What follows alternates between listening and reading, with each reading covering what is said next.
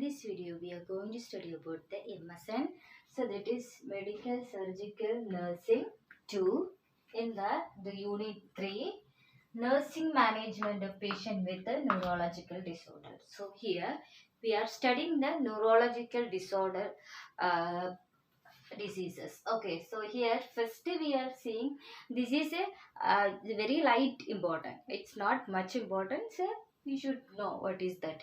Increased intracranial pressure. So we can call it is a ICP. So what is that ICP? Increased intracranial pressure. So intracranial pressure, where it is there. So as we know, we have the meninges. Okay, meninges means the layers of brain. Okay, dura mater, then we have the arachnoid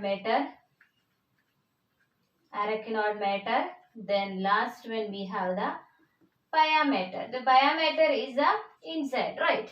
So in between the arachnoid matter and the pia mater, this space, right? So this space we used to call it is, what is that? So we used to call that is, this space is called in between the arachnoid matter and pia mater, we used to call it is subarachnoid space. Subarachnoid space. Probably or mostly, so intracranial pressure, okay, mainly affecting this one here. Okay, so let's start our this one disease. So first, what is the intracranial disease? Is nothing but, so intracranial pressure is a pressure inside the skull. Okay, pressure inside the skull in the brain tissue and the CSF. Okay, so as we know here, what are the things will be there? Here skin and skull, inside the dura mater. Then what are the layers will be there? Arachnoid matter, then pia maters. In between the pia maters and the arachnoid matters. Pia means that is innermost. That arachnoid means some middle eye. In between the space, the CSF probably will be there. So there, the most of the time intracranial pressure will be there. And have you heard about? I know you know. You guys knows about the ventricles. Inside the ventricles, what is the CSF there? There also the pressure variation will be there. Increase the CSF pressure will be there. So here what is happening? So pressure inside the skull and the brain, then CSF. So that is affecting, and normal ICP. So normal intracranial pressure is 5 to 50 mmHg. So normal, so as we know that normal blood pressure is 120/80 mmHg.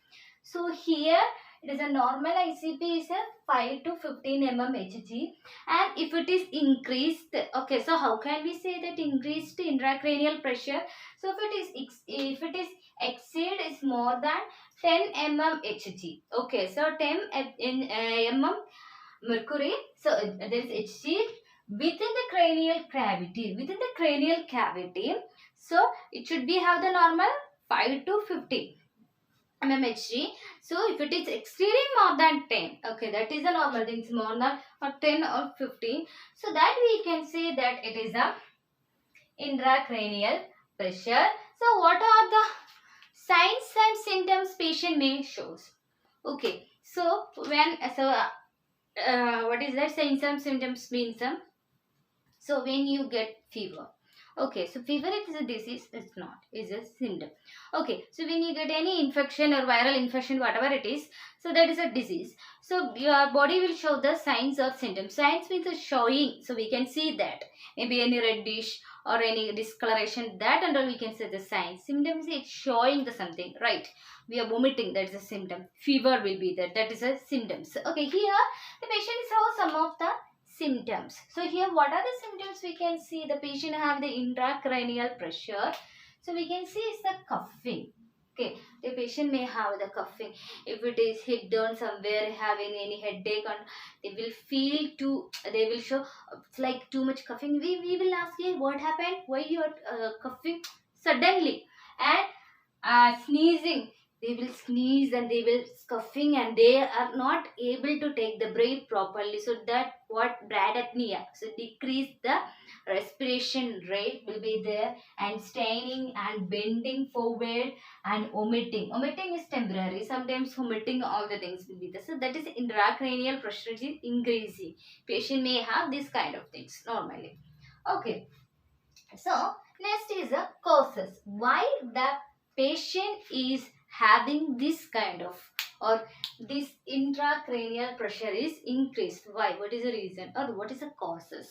Okay, so here causes means, first of all, the patient may have the tumor in the brain, right? So have you heard about patient having tumor in the brain? So intracranial pressure will be increased, and patient having hematoma like tumor or the like any benign this one enlargement or the masses will be there, and brain abscess. Brain abscess means so what is the meaning of abscess? Okay, abscess means pus collection. Okay, so because of any infection, patient yeah, this one will brain will have the pus collection. So because of brain abscess, it may alter the intracranial pressure, and that head injury, patient may hit on anywhere, maybe any accident, motor vehicle accident, whatever, so may have the head injury. Then stroke, it's very important, stroke, the patient have the stroke, have the increased ICP. So stroke means as you know, I hope you guys just know, decrease the perfusion of the tissue, mainly decrease the blood supply to the brain tissues. Okay, that is a stroke. And inflammation of, so some of the inflammation means so we can see that some of the infection affecting the brain, that is meningitis, infection and inflammation of the brain layers, meninges, and encephalitis, brain affecting the infection, encephalitis, some of the bacterial infections. Okay, then hemorrhages.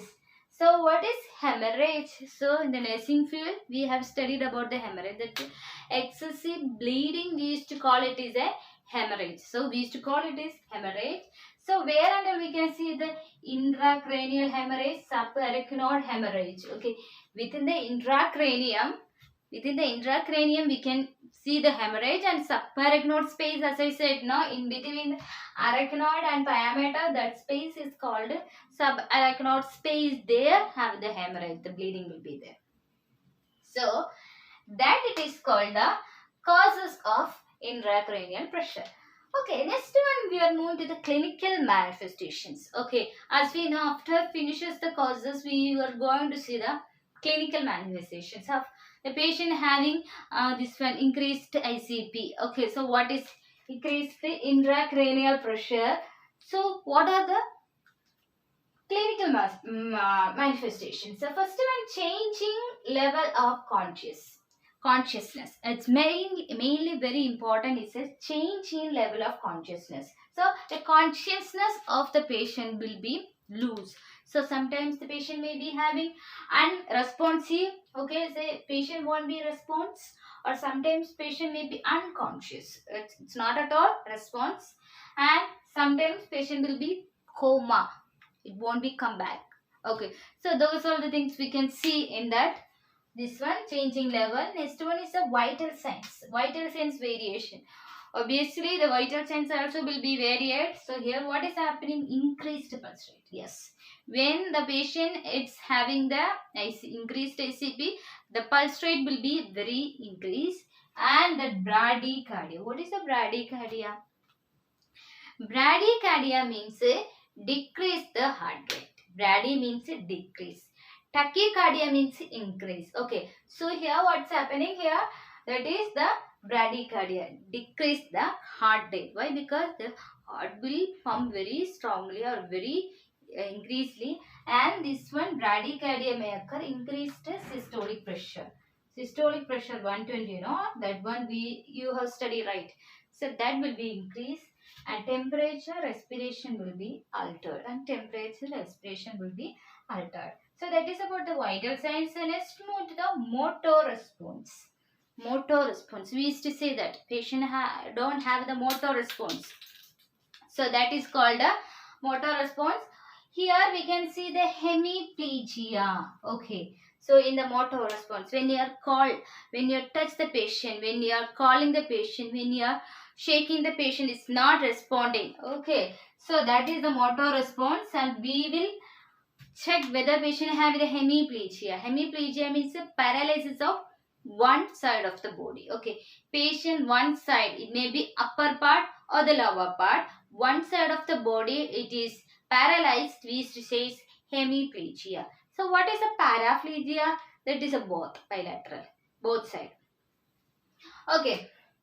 And that abnormal flexion and extension. Patient having abnormal flexion and extension. Patient is not able to move. The patient have the paralysis. Maybe it's not able to move, and patient not able to extend the body parts. Okay. Next one is other clinical manifestations. We can see blurred vision. Patient is not able to see anything. So because of this one, we are asking. You wake up, where are you? So what is your name? What happened? We will ask him. So in the movies you can see, patient is not able to see us correctly. So that is a blurred vision because it's affecting the brain. So next one is a headache, and patient may have the headache and vomiting, nausea, and they will try to vomit. It won't become sometimes like that. We used to call it is nausea. These are the things we can see here in the clinical manifestation. So this is about the clinical manifestations of intracranial pressure. So next we are moving to the diagnostic evaluations. How we can find out the intracranial pressure by doing the diagnostic test. So mainly we will go for the, so what we will do, the CT scan. Okay, CT scan means a computerized tomography, that we know. Then next we will go for the MRI, magnetic resonance image, and PET. PET scan means a position emission tomography. So these all are the three main diagnostic tests. Okay, so this one CT scan, an MRI, and the PET. So these we will do. For why we are doing these three scans means to find out the abnormalities. So if there are any abnormalities present in the brain, so we can find out is there any abnormal shapes or size of the brain. So we can find out. So by seeing that CT, MRI and PET. Then we will go for the transcranial dropper or the cerebral and angiography. So we will do the cerebral angiography. Okay, so normal bypass for the heart will do, no, same like that angiography will do to the cerebral blood vessels, and to find out the cerebral blood supply. So whether any blood clot or anything is there, or blood circulation is going smoothly, everything we will find out by the cerebral angiography and the transcranial dropper. Next we will go for the complete neurological assessment. So what are the neurological assessment we will do? Okay, so we will conduct the neurological assessment, and we will go for the vital signs assessment, and in that we will check the vision and pupillary change, pupil constriction, pupil dilation, everything we will see for the this one intracranial pressure and vision, whether the patient is able to see or not. All the things we will check. So these are the main diagnostic test of the increased intracranial pressure. It's not only for the intracranial pressure. So these diagnostic tests we will use for all the neurological problems. So patient having any type of neurological problems, so we will use these kind of diagnostic tests. Through that we will find out whether patient having any problem or any abnormality is there or not. Okay, so next we are going to see the medical management. Okay, so next we will go for the medical management. Medical management means by giving the medicine. Okay, how we can treat the patient. So first one is here we are going to see the loop osmotic diuretics. So I hope you guys have heard about the diuretics. Okay, in that diuretics there are many types of diuretics is there. Loop diuretics, osmotic diuretics, thiazide, this one diuretics, kind of diuretics there that is categorized. So in that we will use the loop and osmotic diuretics. Loop diuretics, the example is Laxis. So here loop diuretic example is Laxis is a brand name. Okay, the medicine which we can see, no? So when we are buying the medicine, that is Dolo, that is a brand name. So Laxis is a brand name and Furosemide is a chemical name. So we used to study this one chemical name. This is a Furosemide. The tablet, it will be there.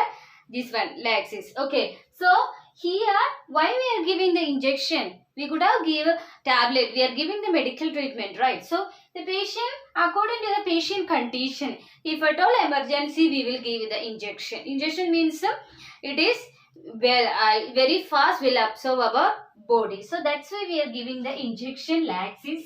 That is a Furosemide, and we will give the mannitol. Okay, so mannitol means that will be osmotic diuretics. Okay, osmotic diuretics is a mannitol. These two are coming under the diuretics only, but we will categorize that according to their characteristics. And glycol syrup we will give, and one more potassium supplements we will give. Potassium supplement, why we are giving? The patient may have, because of the intracranial pressure, is there any variation will be there in the sodium potassium supplement, sodium potassium iron in the body. Okay, so that for the patient having any potassium supplement, it is less, so we will give the potassium supplement. So that is the first one, and then we will go for the corticosteroids. Okay, steroids we will give. It's very important. So steroids is this one we are giving. Injection dexamethasone. Okay, so this one we will give for the patient. Okay, if it's have the increased this one intracranial pressure, we will give the injection, that is corticosteroid. So that is a injection dexamethasone, that is we will give the 4 to 8 mg BD. Okay, BD we will give. Then we will go for the anticonvulsant. So anticonvulsant means, so I hope you guys know what is the anticonvulsant. What is the convulsant? Convulsant means that is the seizure. The patient having fix. So that we used to call it is a convulsant. So anticonvulsant means to treat the seizure. Okay. So that drug we used to call it is a anticonvulsant. So which drugs we are using for to treat the seizure? To treat seizure, which drug we are using? So that is phenytoin. Okay. Phenytoin, the drugs we are using for the seizure. The probably or most of the cases increased intracranial pressure, patient may have the seizure. So what drug we will give? So that is according to the this one emergency of the patient. If it is injection, we will give injection, and tablet we will give by the tablet. And next we are moving to the antacids. Okay, I hope you guys has heard about the antacids. Antacids means the patient is taking a lot of drugs, right? So may have the gastritis or the gas problem or the ulcer, and irritation will be on the stomach or the gastrointestinal. Will be have the irritation while taking all the drugs, or the patient having any kind of problem. So that patient will take this one tablet is the antacids. Mainly we will give that one is the ranitidine, Randac. I hope you heard about the Randac. So that we are giving the ranitidine, and some cases we are giving the pantoprazole. Okay. So why we are giving? To prevent the ulcer and bleeding. And next one is a sedation and the paralysis drugs are agitator. So why? Because so patient is taking lot of sedation. Say we have seen that this seizures, drugs, all the things, all the sedations, everything it's taken. Patient may get too much agitated. Okay, too much. This one will be irritated. So that kind of cases we will give the morphine and propofol. Okay, patient may feel something like agitated or feel irritated, something like that after taking all the drugs, sedation drugs, all the things. So we will give the morphine and propofol. Then next one is IV fluid, to maintain the fluid volume in the body. Okay, sometimes the fluid imbalance will be there, and blood pressure variation will be there. To maintain the blood pressure variation and load, blood pressure maintain, and mean arterial pressure, to maintain mean arterial pressure, all the things we will give the IV fluid. The thing it is, it's not able to give the IV fluid, so we will give this use for the parenteral nutrition. By injection also we will give. Okay, and this one, seventh one is a nasogastric feeding. Sorry, here the nasogastric feeding. So the patient, it is giving by the through the nose. As you knows about this one, through the nose they will put the nasogastric tube up to the stomach and they will feed it. Then to maintain the glucose level. Otherwise, patient is not having anything. Patient may have the some of the problem. And next one is the hyperventilation by the mechanical ventilation. So over here, hyperventilation by mechanical ventilation as it decrease the ICP. So patient may having hyperventilation because of too much tension, all the things is too much oxygen, so that is they will get the breathing problem or thing. So it is treated by the mechanical ventilation, and by as it is decrease the intracranial pressure. So these all are the medical management of the intracranial pressure. So next we are moving to about the surgical management. What are the surgical management we will do for the intracranial pressure?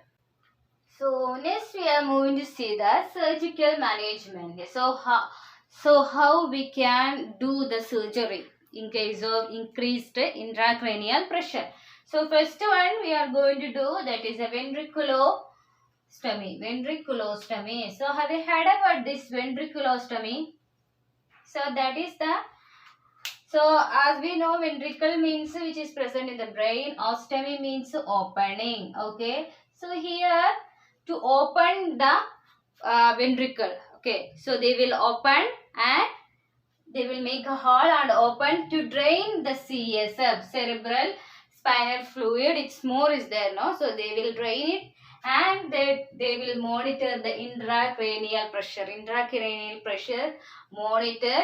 And here they are using the special catheter is inserted in the lateral ventricle.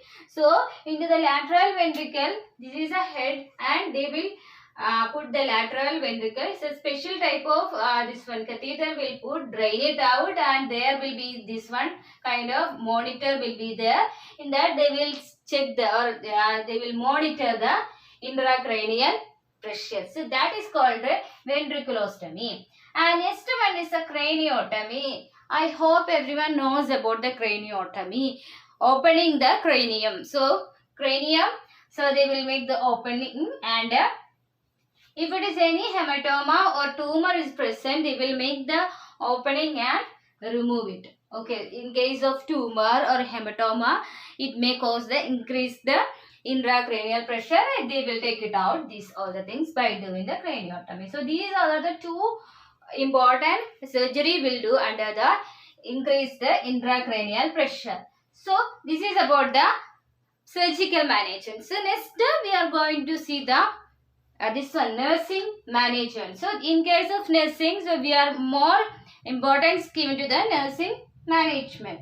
So here maintain the cerebral tissue perfusion. So there is not getting adequate blood supply to the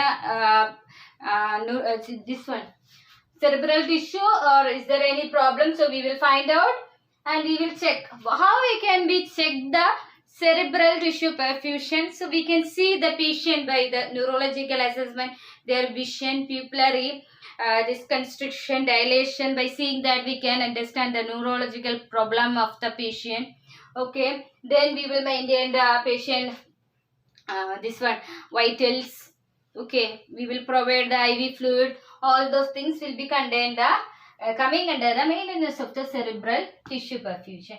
Next one is the management of the airway. Yes, patient may have the hyperventilation or maybe sometimes hypoventilation. So that how we can be managed by giving the this one. Okay, artificial ventilation we can give. If it is hyper, we can give a artificial to reduce that, and Hyper also we can give the artificial.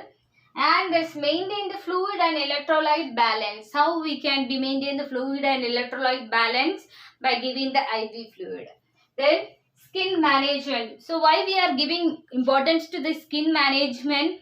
So patient may having increased intracranial pressure. Patient will be for a long time will be in the one position, maybe in the supine position for a long time. We have to position the patient. Why? Because if you are not position the patient, patient may have the bed sore. Okay, so we have to give the position by giving the skin management, and we have to give the massage with the emollient, anything like body lotion something, and maintain the nutritional status. Okay, nasogastric tube. Through the nasogastric tube we can give the food. Okay, so that is the maintain the nutritional status. If the patient is not able to, so if you are not able to give by the nasogastric tube, so what we will choose? We will use the parenteral nutrition. Then last one is the to prevent the infection. Why? Because this is a very important cases in increased intracranial pressure surgery. If it is surgery is there means they may done any surgery. So there we have to use the aseptic techniques. Yes. So while handling the patient also we have to use aseptic techniques and do hand washing before touching the patient, after touching the patient. So have to do the hand washing. So it's a very important case, a very important method we have to do each and every case we have to do. So these are the nursing management of the intracranial, increased intracranial pressure. I hope you guys understand this class. So I hope you guys understand this class. If you have any doubt, please comment below the comment box. So if you want to take any other topic, you can comment below, then I will take the classes. And so this is about the increase the intracranial pressure. Thank you for watching my video. Thank you all.